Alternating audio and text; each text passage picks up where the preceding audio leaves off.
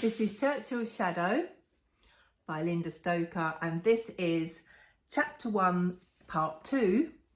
And we got up to where Walter is called to see Churchill, even though he's been retired now for 3 years and is out of condition and feels he's too old to do anything to help Mr. Churchill. Churchill waved from the French windows. "Thompson, Thompson!" "I think I'll go and find a cup of tea," mumbled George, and disappeared through the back door of the house. "Come up to my study," Churchill commanded. Walter followed him into the house and up the wide oak staircase to the office. Churchill stood behind his desk and leaned forward with both palms on his blotter. "I've tried to warn the world that the Germans are building a mighty army. It's so big, it could only be used for one purpose: invasion, war. Thompson, I was on my way to visit the Duke of Windsor, but I was warned that there was a trap awaiting me. So I returned home. I've arranged for you to have a full briefing." Churchill paused to stare at Walter for a moment. "No one's listening to me. It's only 21 years since the last war, and people don't want to think there could be another one. The only person who's listened to my warnings is Adolf Hitler, and now he's trying to kill me. I need your help, Thompson. I can look after myself in the daytime, but will you protect me at night?" Walter stared at the high wooden vaulted ceiling, searching for an answer. Churchill babbled on. "I know you've retired and returned to your wife, and I wouldn't ask, but it's just I can't cope with having to have someone new at my age. You know my peculiar ways. And we get on well, don't we, Thompson?" "Of course, sir." "Fine, £5 a week then. But look, you could just help me out at night. It won't interfere with your shop business." "Sir, I can just help you just for a couple of weeks until you can find someone younger you like. George will have to cover for me on the weekend. My little sister is getting married, and I hope Kate and I will be moving to Brighton. I'm too old now and too slow to be any use to you." Fine. You better go and see my secretary for my Colt 45. Walter looked Churchill in the eye and then shook his hand. "Good man, no need to start until tomorrow." Walter found his way to a tiny office on the ground floor. As he opened the door, he recognised the young attractive woman who'd been on the plane with Churchill. She pulled out a sheet of paper from her typewriter. "Can I help you?" "Mr. Churchill says you're holding a gun for me." "And you are?" "I'm ex-Inspector Walter Thompson." "Well, if you are Inspector Thompson, you must have the telegram I sent you." Walter produced the telegram, but held on to it as she attempted to take it from him. "And you are?" "I am Miss Shearburn, Inspector Thompson, but everybody calls me Bunny." She retrieved the gun from her drawer and handed it to him. "And your friends call you?" "Every time they need me, Miss Shearburn." Mr. Downward is waiting in the dining room for you," she called after him. Walter entered the dining room without knocking and extended his hand to the pint-sized Downward. "Hello there, Mr. Churchill said you'd be giving me a full briefing." He placed his hand on the chair to sit down. "Is that how you address a senior officer? Stand to attention, Mr. Thompson." Downward opened a file and began to read aloud. "Thompson, Walter Henry, born Brixton, 1890, son of an insurance agent, one of 13 children, father Presbyterian, mother..." Whatever was written here has been removed. Do you want to elaborate, Thompson?" "No, thank you." Downward gave a long, hard stare as he continued to read aloud.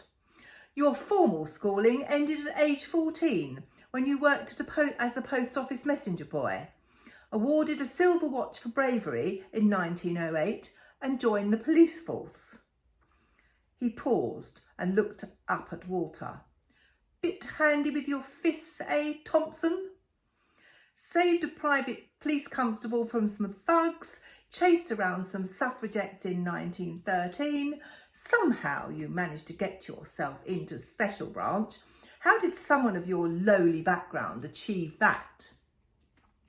Walter put on his rigid face. He had been here before, bullied by people who thought they were superior. Will that be all, sir? No, it will not. I see you caught a few spies in the Great War and then was assigned personal protection duty first to Lloyd George and then to Winston Spencer Churchill, retired in 1935. Downward paused and closed Walter's file. Well, the old man might want you, but I, for one, can't see little benefit of having someone of your background on the team. I will pass any information I have on to Mr. Churchill. It will be his decision if he wants to keep the other ranks informed. Walter studied the tiny man. Good grief, if this is the best they can send to protect Churchill, I better take the job. He leaned forward and took Downward's hand. Thank you, sir. I'll start straight away. Downward snatched his hand away. I haven't finished. Walter laughed. Oh, you're finished. I'll let Mr. Churchill know. He left the room to find George. George was outside the blonde secretary's office. Well, he didn't bring everyone out of retirement. George nudged Walter and pointed at the door. Mrs. Hall, that old battle axe, has been replaced by a newer, younger and far more attractive model. Yes, we've met. I must say it was a bit of a shock. I was expecting Mrs. Hall. And that's a bit unkind of you, George. Mrs. Hall was a treasure. Yeah, a national treasure. Should have been in a museum. I've just had a run-in with an irritating little man called Downward. Oh, you've accepted the job then? George heaved a sigh. No, I've been cornered into 2 weeks night guard duty and that's all. Well, take no notice of Downward. He's an upper-class twit. It put his toffee nose right out of joint when the old man insisted on having you. He wanted to look after the old man himself. Don't worry, it's got on everyone's nerves. I've stuck some eyewash in his tea. He'll be shitting through the eye of a needle by lunchtime. 6th and 7th of July, Chartwell and Norwood. For the next 2 nights after the grocery business had closed for the day, Walter was assigned to Chartwell, where he met George at the gate to take over the duty. George handed him the gun. Glad to see you. I'm bored brainless here. Walter inspected the firearm to make sure it was in working order and slipped it into the holster of his double-breasted jacket. What's up? I haven't seen a boat race like that since the old man said goodbye to you in 35. Oh, George. Best get it off your chest, you know. Walter sighed. It's Kate. The poor woman's waited for me to come home to her for almost 20 years. And now here I am again, playing amateur detective. How bloody stupid. He straightened the line of his jacket, smoothing down the bulge of the holster. Oh, and by the way, you'll have to cover for me this weekend. Stella's getting married in Brighton. Your little skin and blister, Stella, blimey, how old is she now? She's 24 and quite a stunner.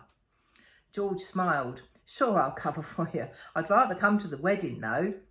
Give me a chance to drink all your booze. Not my booze, George. Stella's marrying into a wealthy family and they insist on paying for everything. It's going to be some big affair. I felt a bit sad I could have only provided a modest wedding for her. But her new family seem really nice. And it's them who've invited us to open the garage in Brighton. I see. Well, just remember to bring your old mate a bit of cake. I should have told the old man no in the first place.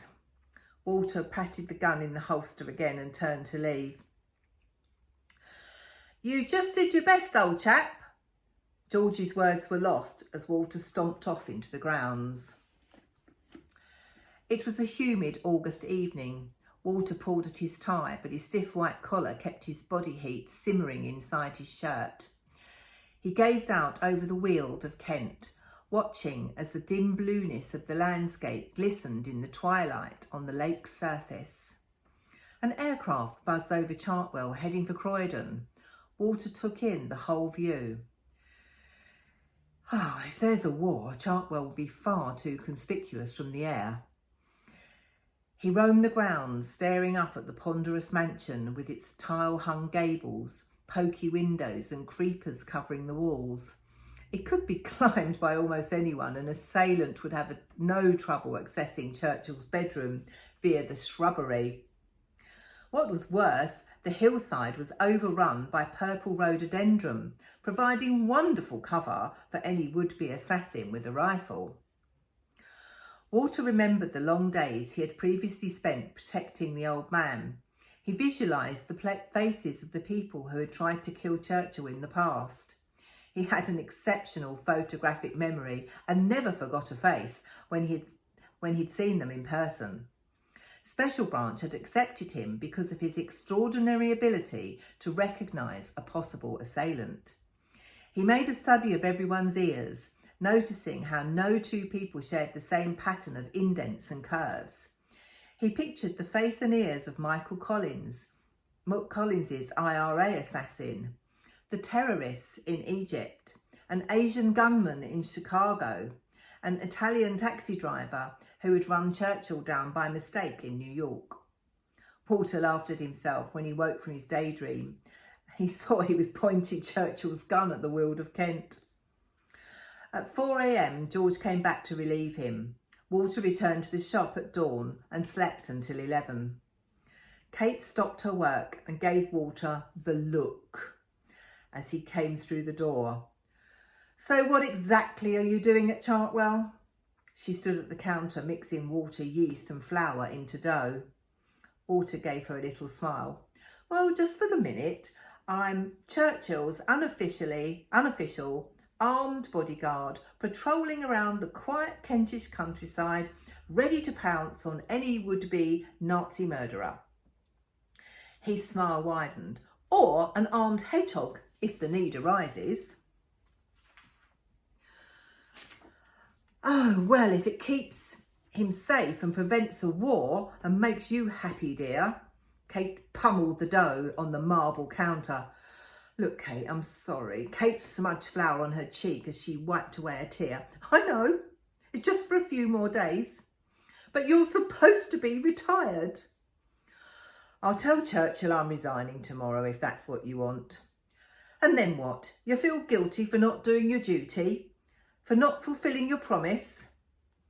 "It's just until Thursday, and then he'll find someone else."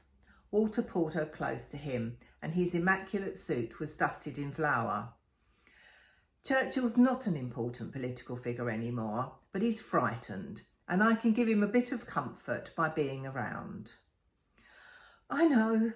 I just want you to be the Bobby on the beat that I first married." She slammed the dough onto the counter. "He only wants you, you know, because he knows you'll step in front of a bullet for him and keep his secrets." Walter stiffened and held her away from him.